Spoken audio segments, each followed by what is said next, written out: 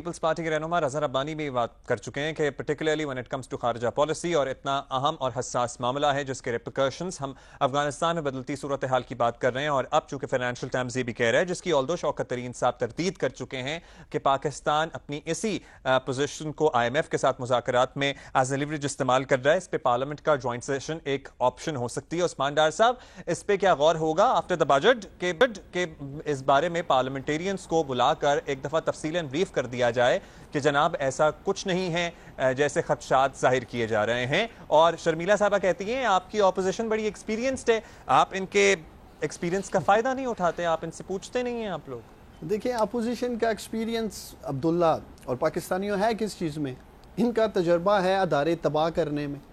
یہ بتائیں نا، پچھلے 50 سال 51 سال سے پیپلز پارٹی مارز وجود میں آئی ہے، کوئی ادارہ بتائیں جن ادوار میں یہ رہے اور بڑا زبردست ادارہ چھوڑ گئے ہوں، بڑا زبردست ایکسپیرینس تھا، ہم ان کے اس ایکسپیرینس سے سیکھ لیتے ہیں کہ پی آئی اے بڑی زبردست چلائی، سٹیل مل بڑی زبردست چلائی، ریلوے پاکستان کی انہوں نے بڑی زبردست چلائی، اور ہم نے آ کے 2.5 سال میں تباہ کر دیا۔ یا پھر جو لوٹ مار کا مال بنانے کا ان کا تجربہ ہے کہ کک بیکس کیسے لیتے ہیں، تو ایسے تجربات تو ہمیں کرنے نہیں ہیں عبداللہ۔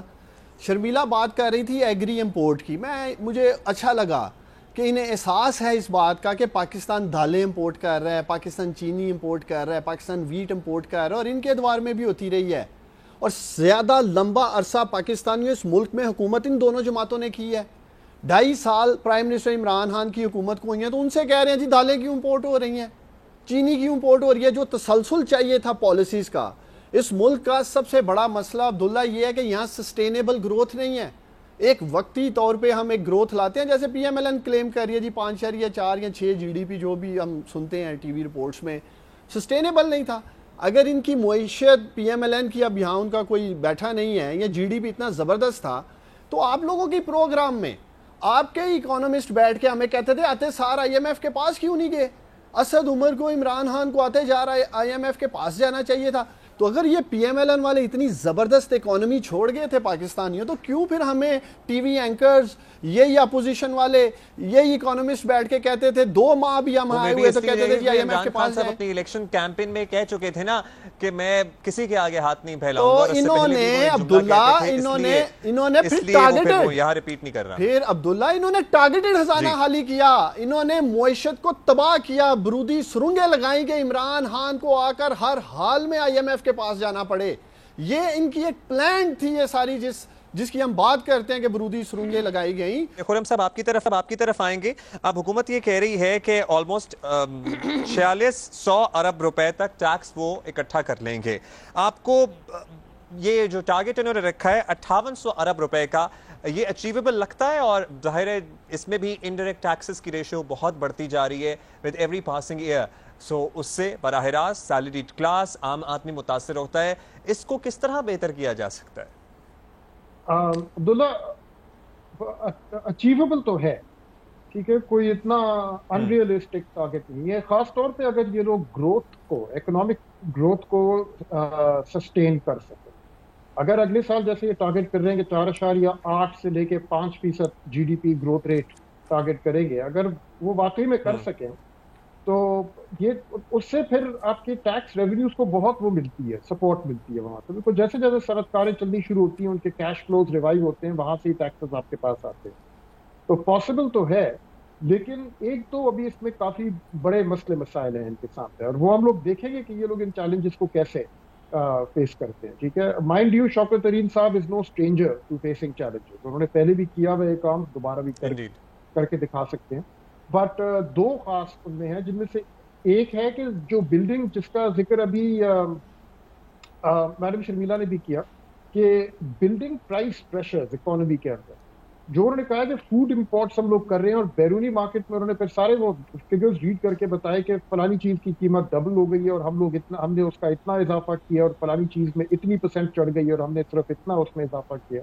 وہ لسٹ میرے پاس لکھی ہے، میں پوری پڑھوں گا نہیں، بٹ the thing is کہ آپ کی ابھی شوگر، ویٹ، پام آئل، جو ضروری اشیاء ہیں کھانے پینے کی، ان میں مزید اور پرائس پریشرز موجود ہیں پیچھے سپلائی لائن سے، جس کو ابھی سبسڈیز کے ذریعے قابو کیا جا رہا ہے۔ نمبر 2 آپ کی آئل سپلائی چین میں، جس میں ایل این جی بھی شامل ہے، وہاں بھی کافی میجر پرائس پریشرز موجود ہیں. Oil is crossed $70 a barrel, اور اگر یہ چڑھتا رہا جیسے جیسے باقی دنیا میں مارکیٹ کھلتی ہیں اور کووڈ وہاں پہ لاک ڈاؤنس ختم ہوتے ہیں, اور اگر یہ چڑھتا رہا تو اور پریشر وہاں سے بھی پرائسز کے اوپر آئے گا اور پاور جنریشن کے اوپر بھی آئے گا.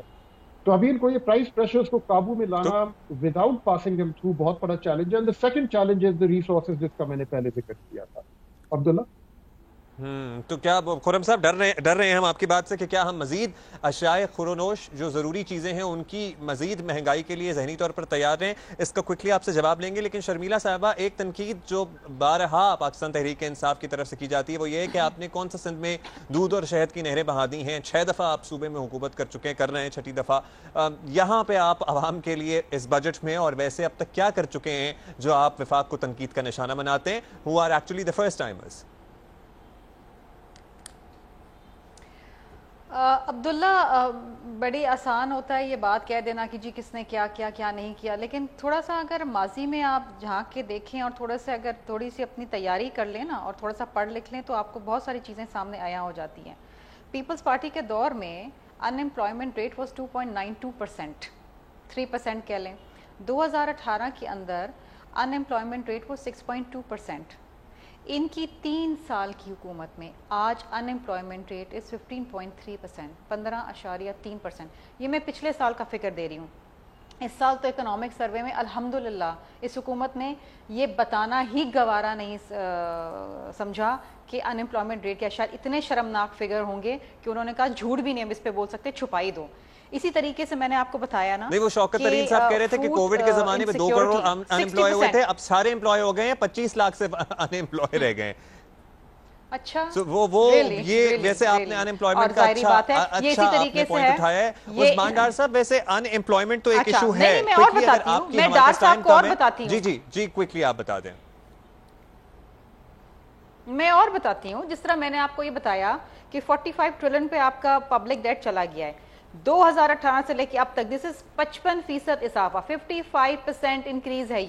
یہ میرے فگرز نہیں ہیں, یہ آپ کے اکنامک سروے کے فگر ہیں, یہ آپ کی اسٹیٹ بینک کی رپورٹ ہے, یہ آپ کی بیورو آف اسٹیٹسٹکس کی رپورٹ ہے. میں فگرز گھر سے نہیں لائی ہوں, یہ آپ کی حکومت نے شائع کی ہیں. اسی طریقے سے جب کووڈ کے دوران پیٹرول کی پرائسز $50 پر بیرل گئی تو پاکستان سے پیٹرول نایاب ہو گیا, پیٹرول نایاب ہو گیا, یہ کھا گئے پیٹرول. عثمان ڈار صاحب آپ بتائیے گا کوئی 2 امپورٹنٹ ایشوز جس پہ آپ کہیں گے کہ فوری طور پر عمل کرنے کی ضرورت ہے, وہ کیا ہے؟ اور آپ ظاہر ہے عوامی سیاست کرتے ہیں, حلقے کے آدمی ہیں, آپ کو نہیں لگتا کہ پہلے کی نسبت اب بے روزگار نوجوانوں کی تعداد میں اضافہ ہوا ہے؟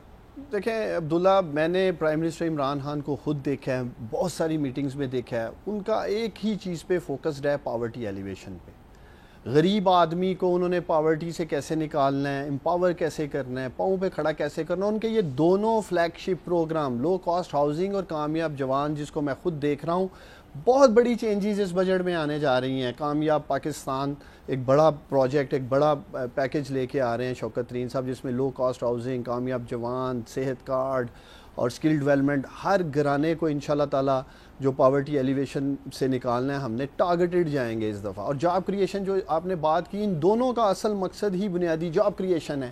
اب میں شرمیلا فاروقی سے پوچھتا ہوں کہ پی ڈی ایم کے ٹوٹنے کی بنیادی وجہ یہ ہے عبداللہ کہ لوگ باہر نہیں نکلے پی ڈی ایم کے کہنے پہ. اگر یہ ٹی وی ٹاک شوز میں بیٹھ کے جو باتیں کرتے ہیں, میں سمجھتا ہوں پاکستانی مشکل وقت سے گزرے ہیں, آج بھی گزرے ہوں گے, لیکن عبداللہ پاکستانی ان کی طرف نہیں دیکھ رہے, ان کو ریجیکٹ کر دیا گیا ہے. انہوں نے اپنے ادوار میں کیا ہے جو پاکستانی یہ سوچیں کہ ان کو ایک اور موقع دیں گے اور یہ پھر آ کے کریں گے. آج بھی پاکستانیوں کی امیدیں پرائم منسٹر عمران خان سے اور پی ٹی آئی سے جڑی ہیں, اور انشاءاللہ تعالی اگلے 2 سال میں پورا اتریں گے اس پہ. عمران خان سے وابستہ ہیں. خرم صاحب کوئکلی آپ سے کلوزنگ کامنٹ چاہیے ہمیں. میرے فگرز کو کنٹیسٹ نہیں کر پا رہے, اسی لیے ہم آگے آ گئے. شرمیلا صاحب آپ بھرپور تیاری کے ساتھ آئی ہیں, لیکن عثمان ڈار صاحب کی بھی اپنی تیاری ہے. خرم صاحب کوئکلی اگر آپ بتا دیں کہ سمت درست ہو گئی, ڈائریکشن صحیح ہو گئی, اس کا بار بار چرچا کیا جا رہا ہے. خرم صاحب کیا ڈائریکشن ٹھیک ہو گئی پاکستان کی؟ نہیں, اگر ڈائریکشن ٹھیک ہو گئی ہوتی تو آپ آئی ایم ایف کے ساتھ مذاکرات نہیں کر رہے. سمپل. آئی ایم ایف کے پاس آپ صرف تب جاتے ہیں جب آپ کی ڈائریکشن درست نہیں ہوتی, جب آپ کو سپورٹ کی ضرورت ہوتی ہے.